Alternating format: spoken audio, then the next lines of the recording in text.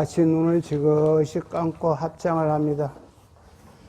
최선을 다하되 그대로 만족하자. 나무아미 타볼. 눈을 뜨시고 합장을 푸시기 바랍니다.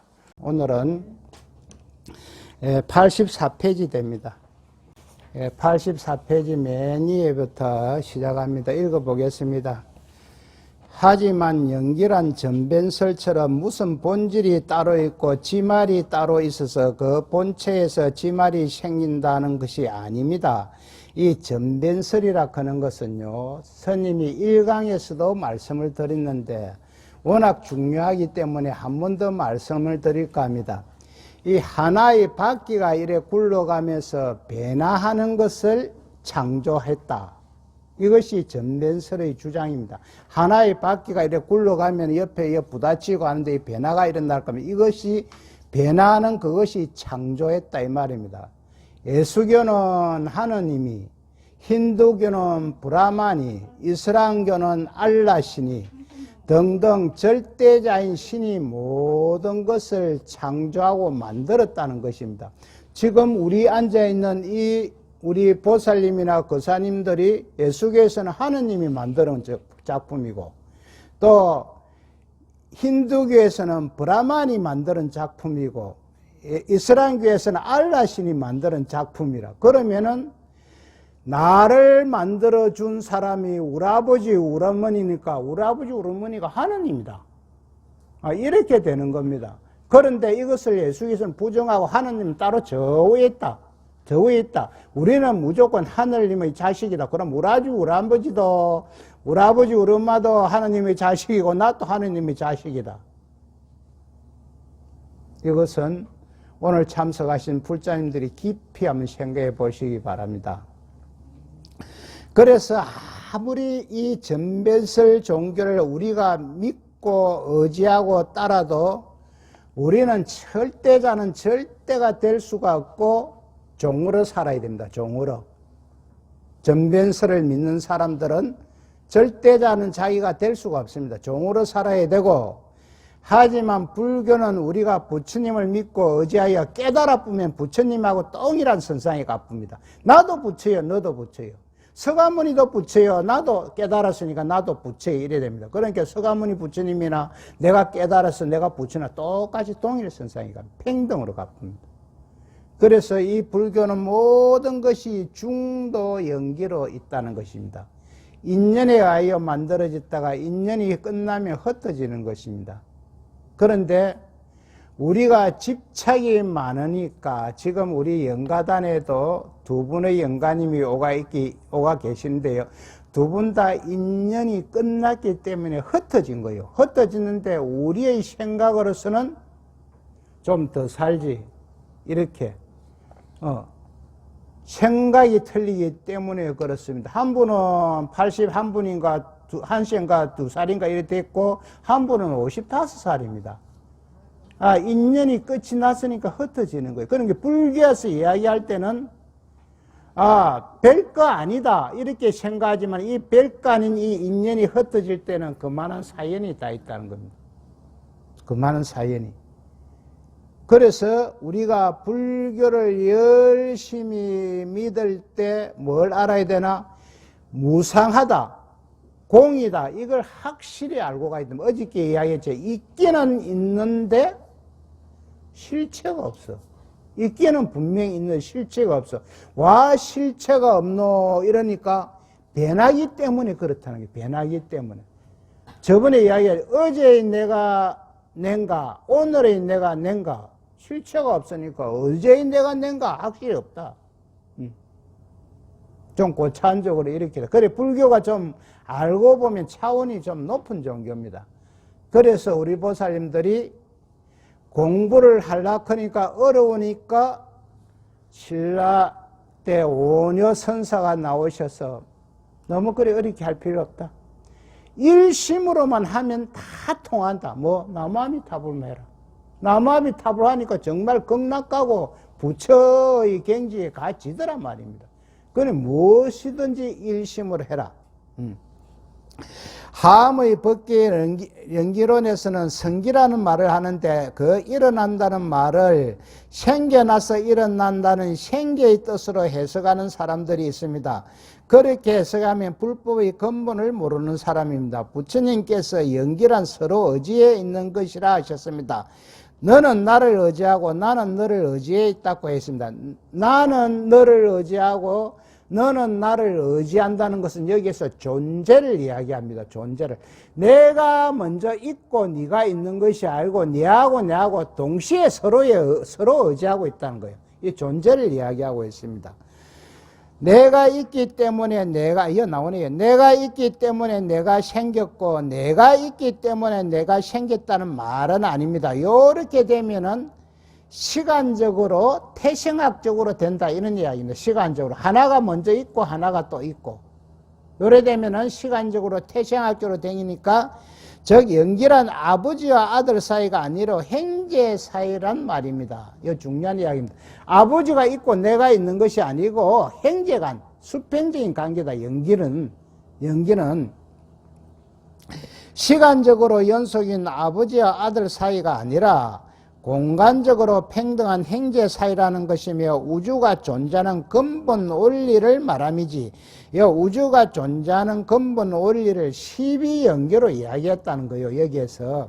그럼 12연계를 존재로 이야기했다고 지금 이야기하고 있습니다.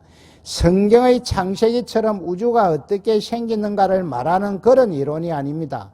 흔히 나에게 묻습니다. 이 나라하는 것은 큰 스님, 성철 큰 스님을 이야기합니다. 흔히 나에게 묻습니다. 예수교에서는 구약 성경의 창세기에서 하나님이 세계를 만들었다고 하는데 불교에서는 이 세계가 어떻게 만들어졌냐고 합니까? 그러면 나는 이렇게 대답합니다. 불교에는 연기법이 있다. 연기란 서로 의지하고 관계 속에 있다는 것입니다. 이 우주라는 것, 법계 진여라는 것은 누가 만들 수도 없는 것이고 누가 부술 수도 없는 것이다. 법계 그 자체는 나지도 않고 없어지지도 않고 늘지도 않고 줄지도 않는 것이다. 거기에서는 서로가 의지하여 원흉무이하게 존재할 뿐이다. 이 원흉무이하게는 아무런 걸림없다. 이런 이야기입니다. 존재할 뿐입니다. 이 우주를 누가 만들었다고 하면 애도법의 전변설에 떨어지고 만다. 애도법이라고 하는 것은 부처님 법 밖에 다른 법을 이야기하는 겁니다.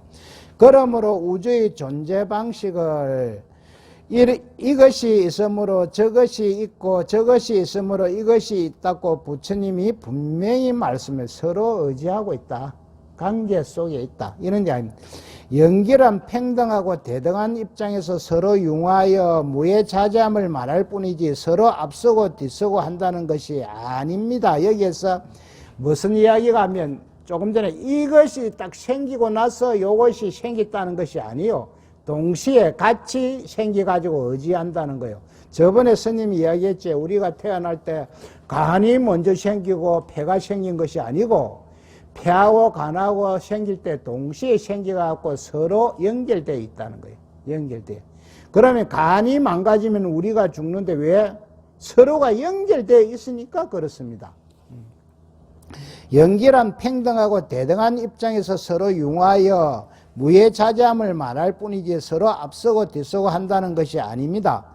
대개 학자나 스님들은 원시경전인 암경을 소승에 소속된 것으로 분류하는데 지금까지의 인용경전과 그 해설에서 그와 같은 취급이 반드시 옳지만은 않다는 점을 다소간 이해하였으리라 봅니다.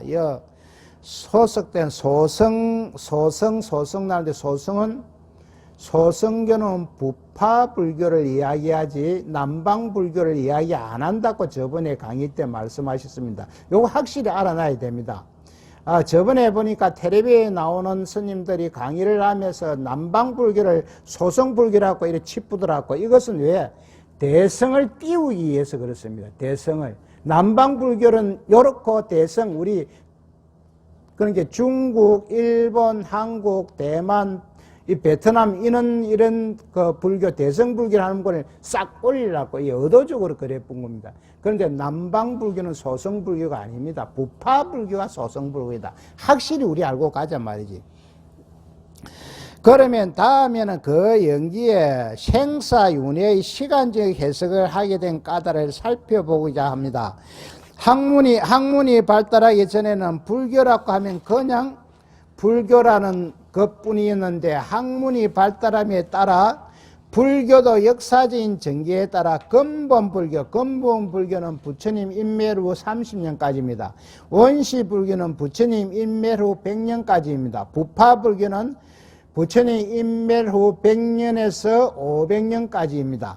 대성불교는 500년 이후라고 보면 됩니다. 대성불교 등으로 분류하여 연구하게 되었습니다. 근본불교란 부처님과 부처님의 직접 제자들에 의해 이루어진 원초기의 불교를 말하고, 원시불교란 부처님 제자들 이후부터 부파의 분열 이전까지 100여 년 동안의 불교를 말합니다. 그 뒤로 십수개의 부파가 나누어져 서로 이론적인 논쟁을 하게 되는데 그 시대의 불교를 부파불교라고 합니다. 옆 컨선이 분명히 정의를 했습니다. 부파불교, 그 시대의 불교, 이것이 흔히 말하는 소승불교다. 뒤에 나오죠. 흔히 말하는 소승불교는 바로 그 부파불교를 가리킵니다. 컨선님께서 완전히 정의를 했습니다. 소승불교는 부파불교다. 이렇게 알아야 됩니다. 부파 성립 이후의 교단은 거의 소승불교에 지배당하게 되었는데 거기에서 소승불교의 문제점을 극복하고 근본불교 정신으로 되돌아가려고 일어난 것이 바로 대성불교입니다. 그러면 초기에 원시불교, 근본불교에서 이 대성불교 사상이 없었나? 아닙니다. 있었는데 이 부흥을 못했습니다. 부흥을 크게 일어나지를 못했다는 거예요. 대성불교 운동이 처음 일어난 때는 기원전 1세기경이라고 하면 이 기원전 그런 거는 예수가 태어난 해를 원년으로 삼아갖고 기원전 이래 봅니다.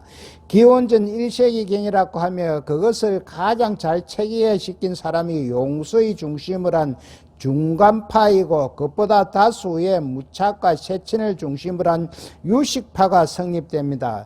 중간파나 유식파나 대성불교인데요.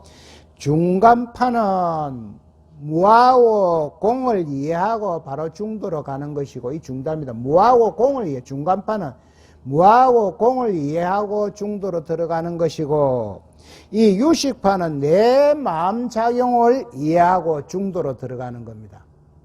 그러나 이 유식파는 은연중에 전변설이 내포되어 있어가지고 비판을 많이 받았습니다. 은연중에. 다음 장입니다. 중국에서는 이러한 인도의 불교 사상을 오랜 세월 동안 수용하면서 전적으로 대성적인 교학을 발전시키는데 그 대표적인 종파가 바로 함종, 법상종, 천태종, 선종 등입니다. 그런데 불교는 부처님의 가르침이 근본이 되는 것인 만큼 부처님과 그 가르침을 직접 받는 제자들 당시의 불교가 중심이 되어야 하면 당연한 이치입니다. 시대를 내려오면서 만일 그 근본 처지가 변질된 것이 있다면 그 변질된 것은 마땅히 시정되어야 한다. 바로 잡아야 된다. 이런 이야기입니다. 이제 문제는 지금까지 내가 설명해 온 바와 같이 근본 경전에서 설해진 12연기법의 근본 성품은 진여이며 법계이며 진여는 그대로 진여이며 법계이며 중도라고 하였습니다. 어떻게 해서 그런 12연기법을 시간적인 생멸법으로 해석하게 되었느냐 하는 것입니다. 원시불교 시대를 지나서 부파불교 시대로 오면 각 부파가 서로 자기 파의 변견을 고집하게 됩니다. 한쪽을 고집한다는 것은 변견이라 그런 것은. 한쪽에서는 부처님의 근본 교설은 없다는 견해에 치우쳐 해석했고 다른 쪽에서는 있다는 견해에 치우쳐 해석한 것이 그 대표적인 예입니다. 그 가운데서도 있다는 견해에 치우친 세력이 컸는데 그것이 요즘 말하는 소승불교의 실체가 된 것입니다. 있다는 견해에 치우친 것이란 일체의 모든 법에는 실체가 있다고 주장하니 모든 것은 실체가 있다고 주장하면 상주론에 들어가 봅니다. 상주론에. 그리고 실체가 있으므로 고정적으로 생사윤회가 있다고 본 것입니다. 여기에서 실체가 있으므로 윤회가 고정적으로 생사 윤회가 있다고 본 것입니다. 여기에서 우리가요 짚고 넘어가는 거는 실체가 있어 가지고 그 실체가 생사 윤회하는 것이 아니고 제8 아래아식이 윤회를 하는 것입니다. 난중에 유시학에 들어가면 나옵니다. 제8 아래아식이 윤회를 한다. 우리가 죽으면은 제8 아래아식의 영혼이라는 이름으로 가가지고 다음 생에 간여를 하게 되어 있습니다. 그래서 실체가 있어가지고 그 실체가 윤회하는 것이 아니고 제8 아래아식이 가서 윤회를 한다. 서로 의지한다는 성격 때문에 연기란 것은 무아가 근본 도리로 되어 있어. 무아라 하는 것은 있기는 있는데 실체가 없다. 무아가 내가 없다 이러면 안 된다고 이야기했지. 있기는 있는데 실체가 없다. 와 실체가 없노? 시시각각으로 변하기 때문에 그렇다. 딱 요거 이제 정리가 되어 있는 무아공은 이렇게. 그런데도 부파불교에서는 그것을 잘 이해하지 못하고 즉 양변을 여인 중도 사상을 모르고 변견에 떨어져 실체는 있다는 견해를 고집했고 따라서 12연기를 그와 같이 신류론적인 성격이 강한 생사윤회하는 법칙으로 해석하게 되었습니다. 이러한 잘못된 해석이 최초로 나온 것이 원시경전에 나오는 가전nhân 존자와는 이름만 같고 실체는 다른 가전nhân 자가 전 발지론인데 거기에서 12연계를 삼세양중인가설로서 설명한 것입니다. 이 삼세양중인가설 이것이 참 중요한데요. 삼세양중인가설은 12연기를 존재로 해석하지 않고 태생학적으로 시간적으로 해석한 것입니다. 그런데 스님은 아직 공부가 분명히 미진하게 두 가지 다 취하고 있습니다. 왜?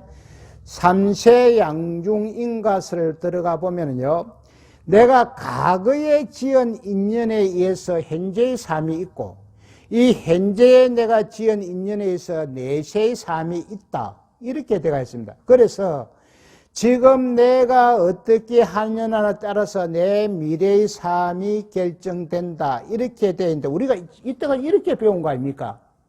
이렇게 배웠는데 더 올라가니까 이것을 싹 다 부정을 해버리고 존재론적으로 이야기하니까 나는 아직 확실하게 이것이다고 지금 이야기를 왜 그러냐면 내가 공부가 미진해서 그렇습니다.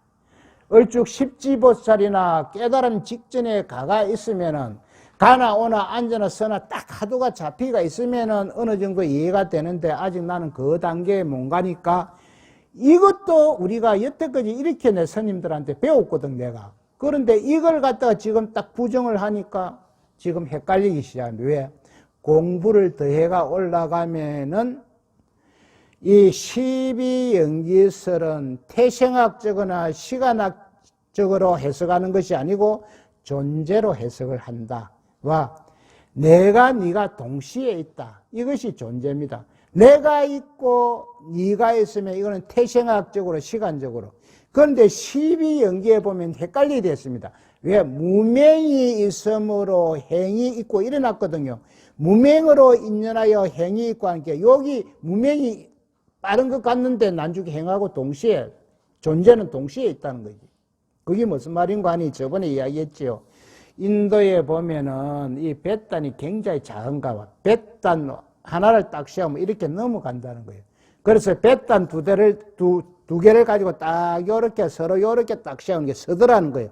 그럼 여기 먼저 있나? 이게 먼저 동시에 똑같이 있다는 거예요. 왜? 여기 한 개가 먼저 딱 지 혼자 서가 있으면은 여기 있음으로 해서 여기 있다 이래 되는데 요 한 개를 세우니까 너무 가쁘다라는 거예요. 그래서 두 개를 세우니까 딱 서니까 두 개 다 서로 의지하고 관계 속에 있는데 동시에 있다. 행제관이다. 평등관계다. 요는 이야기입니다, 지금.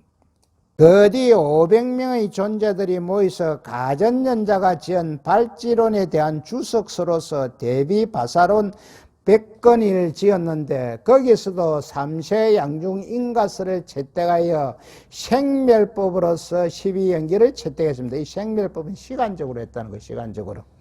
그래서 구사론 등 유보의 소승불교 전체가 12연기의 해석을 근본 불교와는 다르게 하게 되었던 것입니다. 여기에서 스님이 지금 헷갈린다는 거예요. 공부가 지금 스님이 미진하다는 거예요. 왜? 여기에서 태생학적, 시간적을 넘어서 존재를 이야기하고 있어야 되는데 내 역시 헷갈리니까 오늘 참석하신 우리 불자님들이 공부를 많이 해가지고 딱 하나를 알게 되면 스님도 좀 가르쳐 주십시오.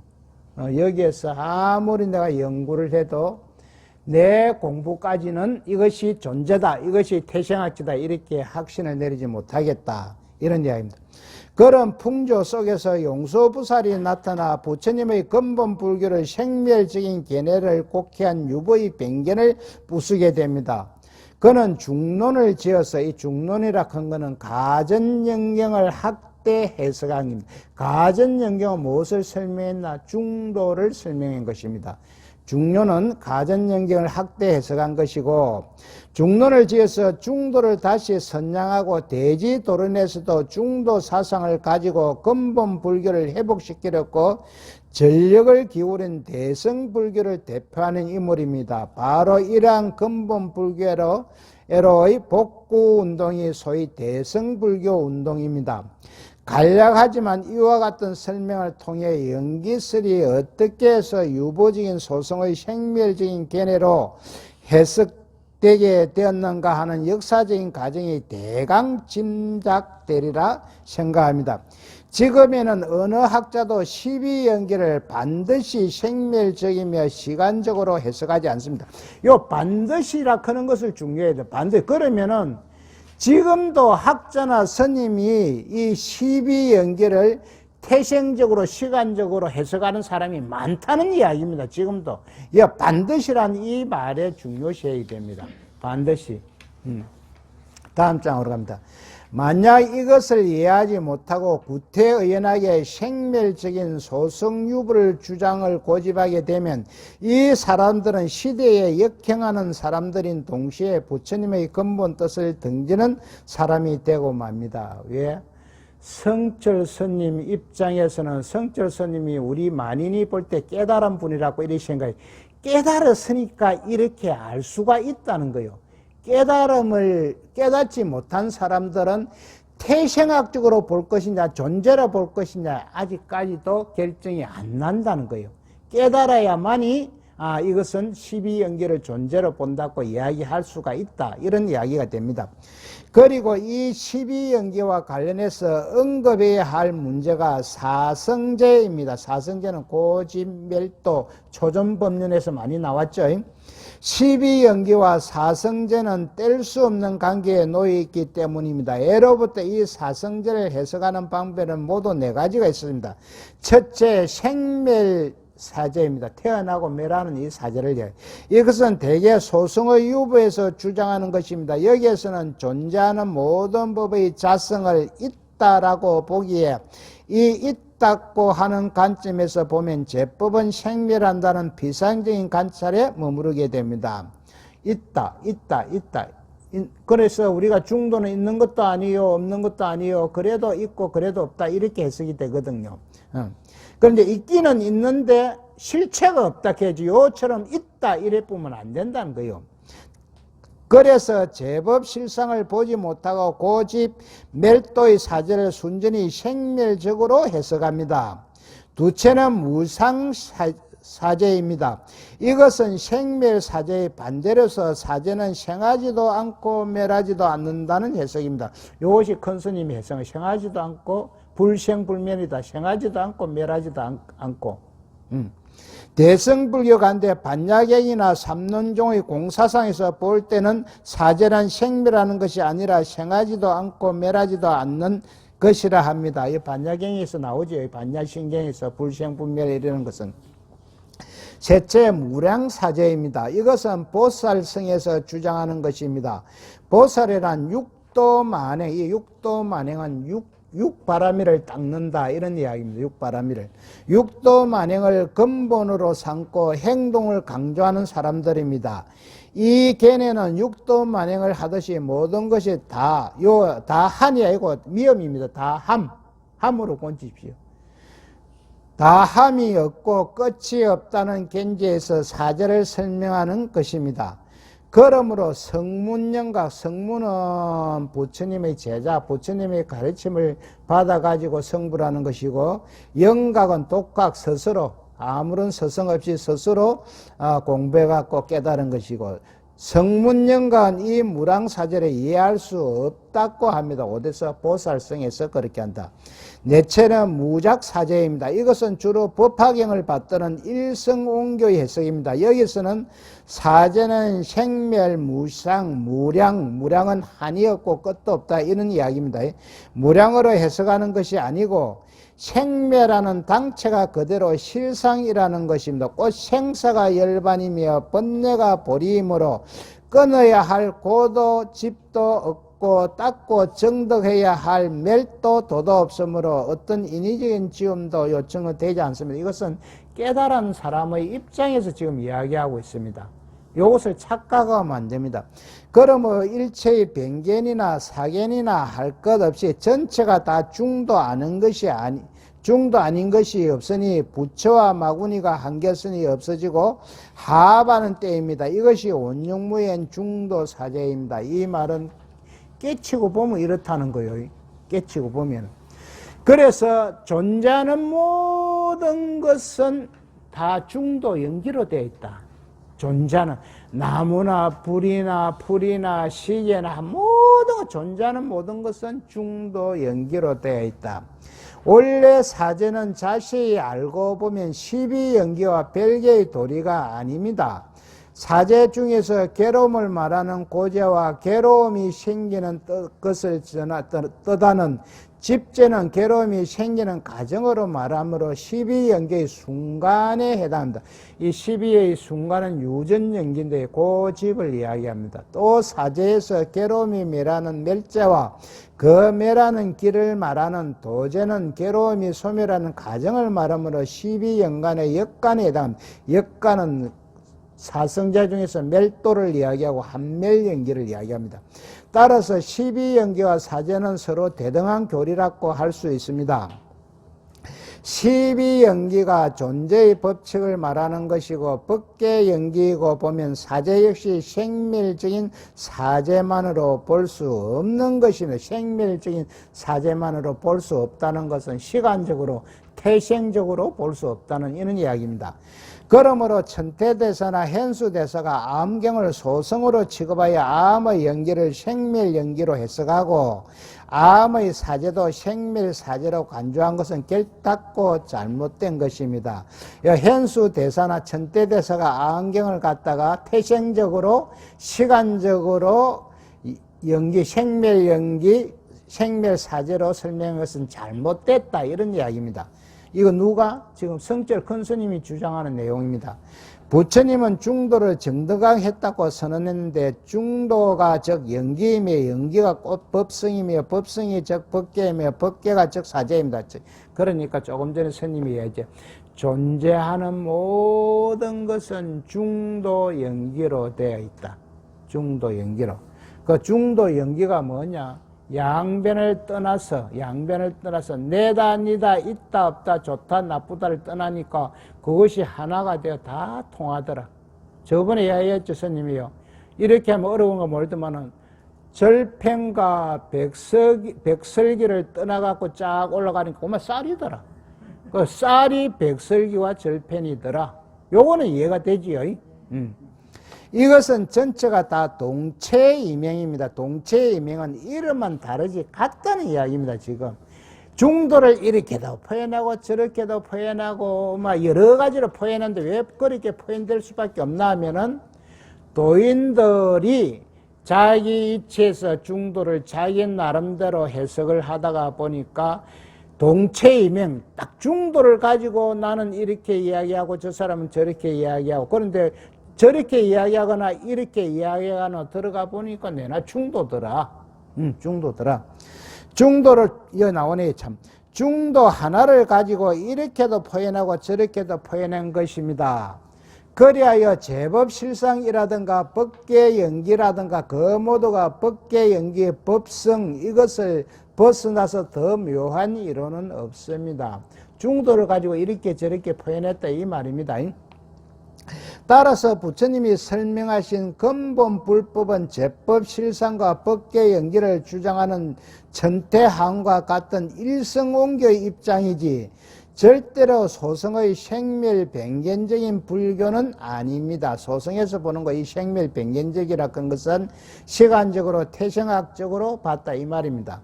일성도락고 하는 것도 그렇습니다. 흔히 이것은 대성불교에서만 말하는 것으로 이해하지만 그렇지 않습니다. 부처님은 법화경에서 시방국토 가운데 오직 일성법이 있으니 이어서 부처님은 법화경에서 일어나는데 이것을 우리가 잘 이해하고 가야 됩니다. 왜? 대성경전은 부처님이 친히 설한 경전이 아니다고 스님이 저번에 이야기했습니다.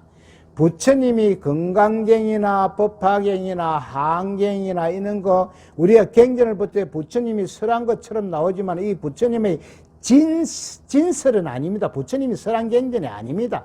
부처님을 갖다가 차용해 가지고 부처님을 연 것이지 아니면 그러면 왜 대성비불설인데 이 대성경전이 부처님이 말씀하신 것이 아닌데 그 부처님 법도 사상이 똑같다는 거예요. 그 흐르는 사상이. 그래서 여기에서도 부처님을 여갖고 법화경에서 일어났습니다. 그런데 큰 스님께서 이렇게 말씀하시는 뜻은요, 중도 사상을 말씀하고자 하신 것입니다. 중도 사상. 이 착각하지 마십시오. 착각하면 안 됩니다. 대성비불설은 맞지만 내용은 중도 사상으로 되어 있다는 것입니다. 중도 사상. 우리가 건강행위도 여시 아문 나는 이렇게 들었다 맨 처음에 출발하잖아. 그 여시 아문 나는 이렇게 들었다 하는 사람이 누가면 안한존자입니다. 안한존자는 건강경을 설할 당시에도 없었고 건강경을 이래 만들 때도 없는 사람인데 왜? 부처님 당시의 사람입니다. 부처님의 사촌 동생이 안한존. 그러나 그것을 차용했다고 할까 빌리었다 할까 그 시대의 그 높은 어르신들을 그래갖고 막 그렇지만 그 흐르는 건강경의 내용이 중도 사상입니다. 중도 사상. 그래서 대성비불설은 맞지만 부처님의 중도 사상이 흐르기 때문에 부처님이 말씀하신 것과 같다 이렇게 결론이 나옵니다. 이것을 누가 주장했냐면요, 작년인가 재작년인가 우리나라에서 가장 큰 선성이신 문경봉암사 그 정명스님이 입적하실 때 정명스님이 입적하기 전에 주장한 내용입니다. 대성비불설. 그리고 이 정명스님이 28살 때 해인사에 있을 때 성철 큰 스님을 만나갖고 바로 질문한 내용입니다. 대성비불설이라 하는데 스님 어떻게 생각하십니까? 이래 바로 직접적으로 물으니까 성철 스님이 완전 산청 출신이거든요. 굉장히 경상도 사투리가 심합니다. 우리가 경상도 사람이 들어도 성철 스님 법문을 알아들으려고 하면 3년을 들어야 됩니다. 성철 큰 스님. 그래서 우리 정명 스님은 제주도 사람이거든요. 성철 스님이 하시는 말이 맞기는 맞는데 말이지 그 말이지 그러면서 이래 나오니까 맞기는 맞는데 말이지 그 말이 이 말이지 그런 걸 못 알아들었다는 거예요. 그러니까 대성비불설은 맞는데 대성경전들이 흐르는 내용이 부처님의 중도 사상이 흐르기 때문에 부처님이 말씀하신 것과 같다. 정명스님한테 성철스님이 이렇게 정의를 딱 하고 나니까 정명스님이 법문할 때마다 이것을 인용합니다. 내가 28살 때 해인사에 있을 때 성철 큰 스님한테 물어봤더만 이렇게 이야기하더라. 나 또 이것이 맞다고 본다. 이렇게 정명스님이 다시 정의를 하는 것입니다. 모든 부처님의 방편설은 제외한다라고 설하셔. 이 방편이라 하는 것은 하나의 목적을 달성하기 위해서 수단과 방법을 가리지 않는 것입니다. 이 방편, 이거 상당히 중요한 용어입니다. 하나의 목적을 달성하기 위해서 수단과 방법을 가리지 않는 것을 방편이라고 이야기합니다. 이 방편설은 제한다라고 설하시어 부처님의 근본 뜻은 일성에 있음을 천명하였습니다. 이 일성은요, 중생의 깨달음으로 인도하는 오직 하나의 궁극진 부처님의 가르침을 이야기합니다. 그러니까 우리 중생들을 깨우치기 위한 오직 하나의 궁극진 가르침을 일성이라고 이야기할 수가 있습니다. 때로는 성문과 영가가 이성도 말하고 때로는 이성의 보살을 다한 삼성도 말씀하시지만 그것은 방편이며 거짓말이라는 것입니다. 방편이면 거짓말이다. 왜? 목적을 달성하기 위해서 성문도 덜 믿고 영각도 덜 믿고 보살도 덜 믿는데 이거 싹 다 방편이라는 거예요. 방편이고 거짓말이라는 거예요. 거짓말. 그러니까 목적을 달성하기 위해서 부처님이 이리저리 저렇게 설명한 것이지 이것은 다 방편이다. 첫째, 성문성은 부처님의 말씀을 듣고 공부하는 사람들이지만 부처님이 제자들을 이야기합니다. 항상 생멸의 견해를 가지고 있었습니다. 생멸은 태어나고 없어지고 태어난 자는 죽는다. 이 시간적으로 태생학적인 관점을 가지고 있었다는 거예요. 사성제를 설할 때도 생멸적인 관점에 서서 해석하면 열반을 정답해도 유유열반이요 무유열반에는 미치지 못한다. 유유열반과 무유열반은 유유는 이 몸을 가지고 있는 열반이고 무유는 이 몸까지 다 버리고 있는 그대로 적적하다. 하다. 그래서 내 몸을 가지고 있으면서 깨친 것을 유여열반, 몸을 가지고 있다는 거예요. 그 앞에 유자가 있을 유자입니다. 몸을 가지고 있고 무여는 없을 무자니까 아무것도 없다. 그래서 남방불교의 모 교파에서는 유유열반을 인정을 안 합니다. 무유열반만 인정합니다. 왜? 몸을 가지고 있는데 무슨 열반이고 이렇게 됩니다. 그런데 대성불교에서는 유유열반도 인정을 합니다. 두째는 영각성입니다. 스스로 인연을 관찰하여 깨달음을 얻은 사람을 말합니다. 그러나 인연을 가려도 생멸적인 변견으로 관하는 것이지 중도 정견으로 보지 못합니다. 그러므로 역시 무유열반을 성취하지 못합니다. 셋째는 보살성입니다. 성문과 영각성은 순전히 자기의 이익에만 치우쳐 혼자 가만히 앉아서 자기의 혜택만 추구하는 모든 것이 다 소극적입니다. 이에 반하여 보살은 자신의 이익보다 타인의 이익이 근본이 되어 남을 위해서 나의 혜택은 그만두고 지옥을 하루에 1000번만문 가도 좋다고 하는데 이 보리심을 내어서 보시, 지계, 인욕, 정진, 선적, 지혜의 육바라미를 비롯한 수많은 수행을 닦습니다.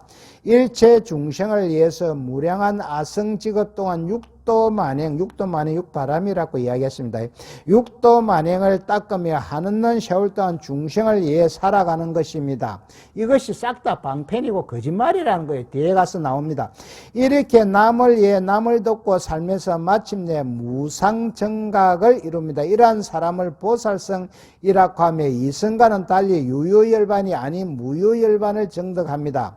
자, 그러면 부처님의 근본 관점은 어느 곳에 있느냐 하면 성문성도 영각성도 보살성도 아닌 오직 일성입니다. 이 성문, 영각, 보살 이 방편이라는 거예요. 부처님이 말씀하시기를. 왜? 일성으로 가기 위한 방편이 하나의 목적을 추구하기 위한 방편, 수단과 방법이라는 거예요.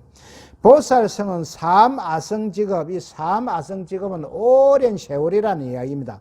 삼아성직업의 무한한 세월 동안 남을 위해 노력해서 정등각을 이룸을 말하는데 일성일불성이란 진여법계, 이 진여법계는 절대적인 진리의 세계를 진여법계라고 이야기할 수 있습니다.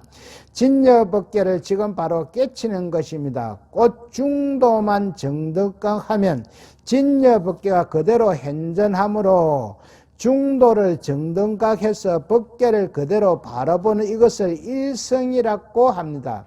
요 말은 정견을 바라본다. 정견. 팔정도에서 맨 앞에 나온 정견을 이야기합니다. 다시 말하면 부처님이 말씀하신 일성은 중도를 내용으로 한 진여법계를 깨치는 것을 말합니다. 누구든지 불법을 성취함에 있어서는 오직 중도를 바로 깨쳐서 진여법계를 바로 정득하면 하장세계에서, 하장세계라 하는 것은 연꽃에서 태어난 세계, 우리가 사람이 죽어서 꺼시는 그 하장장 아닙니다. 하장세계라 하는 것은 연꽃에서 태어난 세계를 이야기합니다. 하장세계에서 이미 자자하게 생활할 수 있게 되니 이것이 바로 고등길입니다. 역사적으로 보면 부처님 당시에 모든 제자들이 부처님의 법문 끝에 바로 깨쳐서 중도를 정득했지 무슨 다른 길을 빙빙 돌아서 공부를 성취했다는 기록은 없습니다. 그러나 여기에서 스님이 지금 요 말이 초전법륜에서 다섯 수행자, 교진여 등 다섯 수행자가 부처님의 법을 바로 듣고 깨쳤다는 그 이야기인데, 그러면 부처님에게 듣고 바로 깨치기 이전에 교진여 등 다섯 비구가 수많은 세월 동안 수행을 했습니다. 수행을 했는데 부처님에게 바로 듣고 깨치지, 그 수행이 안 됐으면 부처님 바로 이야기하면 못 깨쳤다, 나는 이렇게 생각을 하고 있습니다. 본래 바른 길, 즉 지름길로 가서 부처님 법문을 깨치고 불법을 성취했지 무슨 육도 만행을 닦아 성불한다든지 삼아성직업 동안을 닦아야 한다든지 하는 얘기는 근본 원시경전에는 없는 말입니다. 이 지금 원시경전에는 이런 말이 안 나온다 하는데요, 우리 성철 큰 스님도 그 공변 기록을 보면은 수없이 닦은 사람입니다. 닦아가지고 마지막 한순간에 깨치시 바로 우리 서가모니 부처님 오갖고 우리들한테 지금 이야기가 여기서 깨친다. 몰라, 내가 볼 때는 한 사람도 없지 싶습니다. 그만큼 공부를 해놨기 때문에 한 소리 딱 듣고 깨친다. 그래서 큰 스님이 법문할 때 법상에 올라가고 주장자를 이렇게 요래 칠 때 여기에서 깨치라는 이야기입니다. 다른 것도 없습니다. 이거 왜 치는 거 알아야 된다는 거죠. 알겠죠? 요래 깨치. 공부를 수없이 하고 수행을 수없이 해야만 되지. 물론 전생부터 닦고根기가 있는 사람들은 뭐 깨칠 수도 안 있겠습니까? 진여법계로 바로 들어가는 이것이 일성입니다. 그러면 왜 삼성을 설하였는가? 소성불교와 대립적인 입장에서 선 대성불교에서 방편으로 한 것입니다. 이것이 중요합니다.